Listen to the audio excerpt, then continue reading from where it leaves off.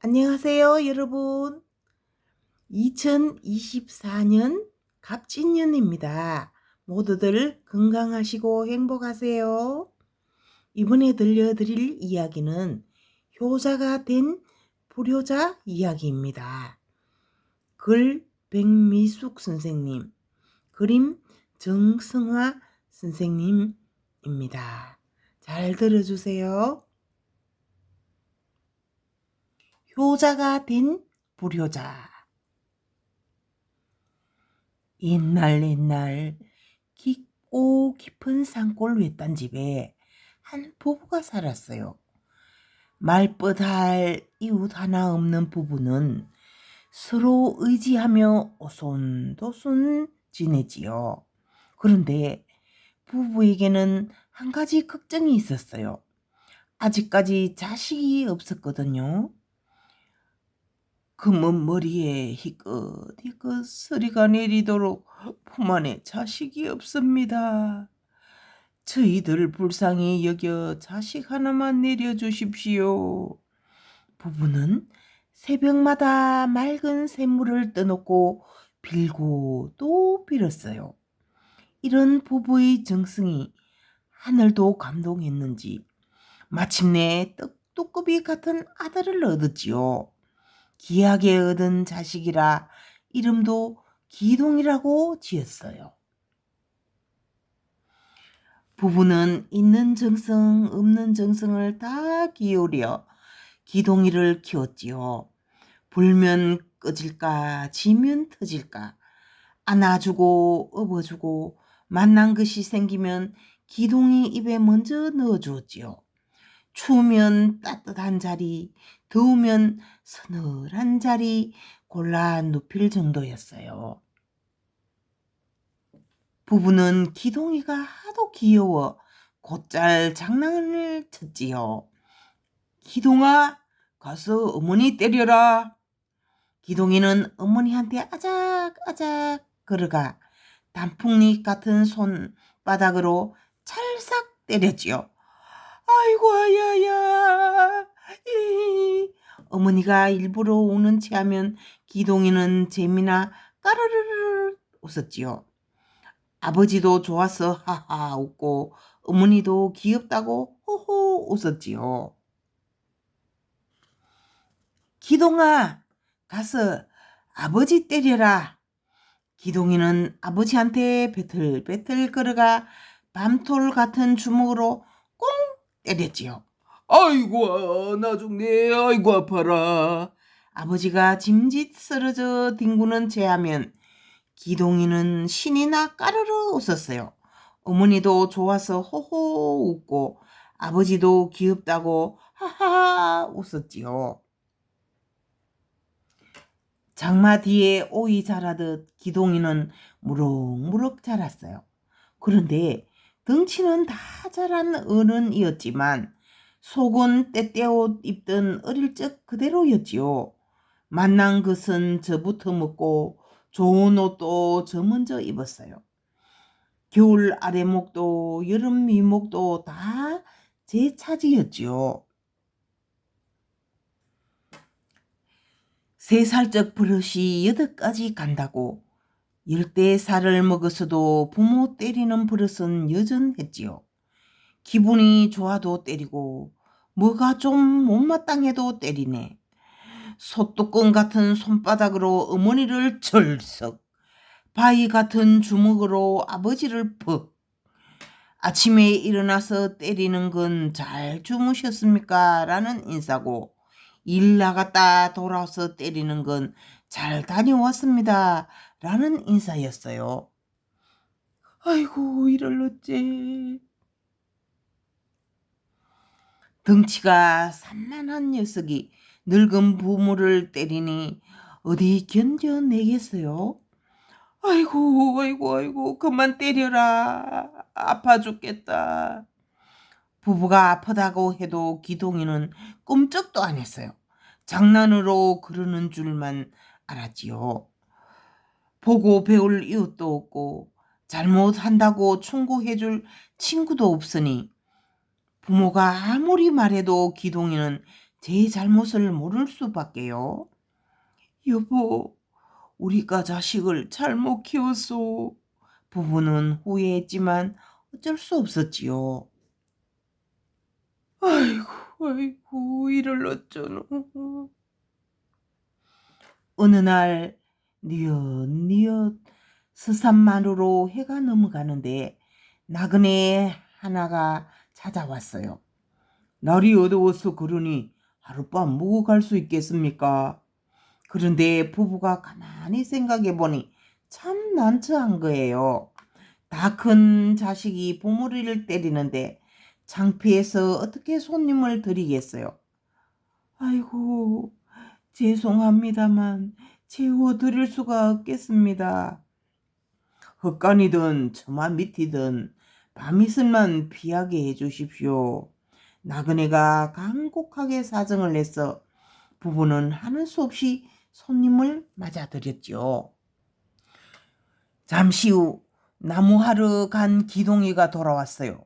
마당에서 쿵 하고 나무집 내리는 소리가 들리자 부부는 하얗게 질려 벌벌벌 떨기 시작했지요. 곧 무쇠 같은 주먹으로 얻음맞게 생겼으니 무서워서 말이에요.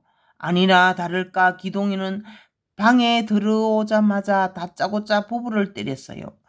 아이고, 그만 때려라. 부부가 외쳤지만 기동이는 눈 하나 깜짝하지 않았어요. 손님은 그 모습을 보고 기가 막혔어요. 세상에 뭐 이런 일이 다 있나 싶었지요. 대체 어찌 된 일입니까? 자식이 부모를 때리다니. 부부는 한숨을 쉬면서 지난 이야기를 했어요. 이게 다 제 손으로 제 눈을 찌른 거지요. 그동안 있었던 이야기를 다 듣고 난 손님은 한참을 생각하더니 말했어요. 저 아이를 잠시 제가 데려가겠습니다. 며칠 저희 집에 데리고 있다가 곧 돌려보내지요. 알고 보니 이 손님이 바로 강효자라고 아랫마을에서 소문난 효자였던 거예요. 부부는 얼른 그러라고 했어요. 강효자는 집에 들어서자마자 늙은 어머니가 있는 방으로 들어갔지요. 이제 어머니를 때리려는 모양이군. 기동이는 이렇게 생각하고 언제 때리나 기다리고 있었어요.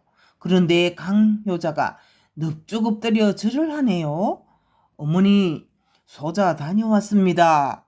그동안 불편한 데 없이 잘 계셨는지요?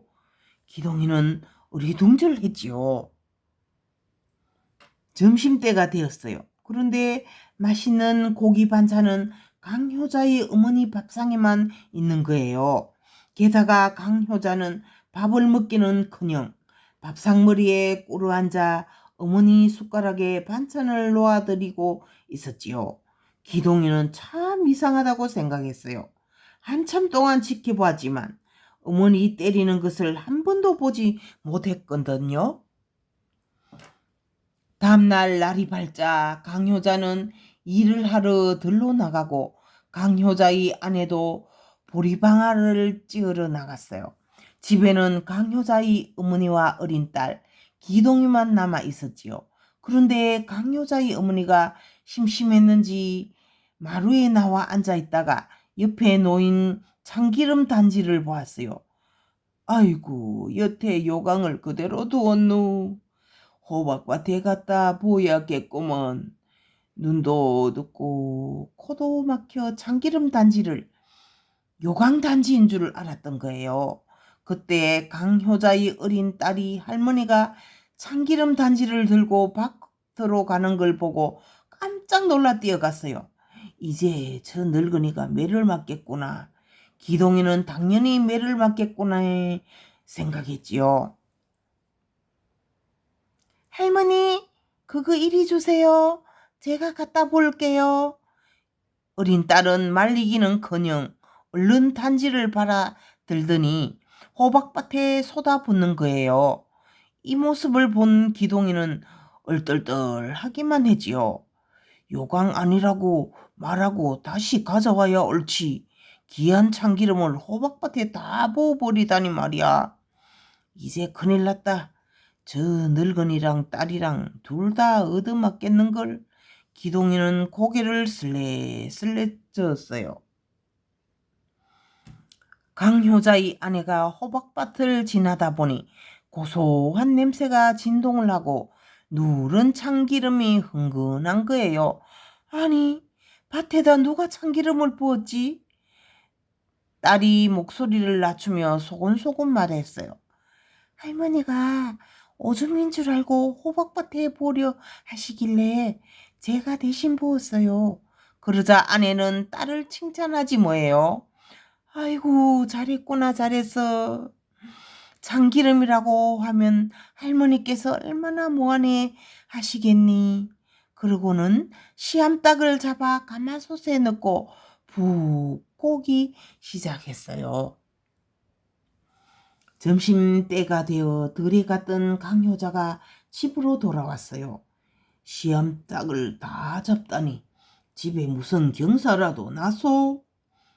어머님이 아침에 참기름 단지를 요강으로 알고 호박밭에 보려고 하셨대요. 그런데 덕이가 받아 대신 부었답니다.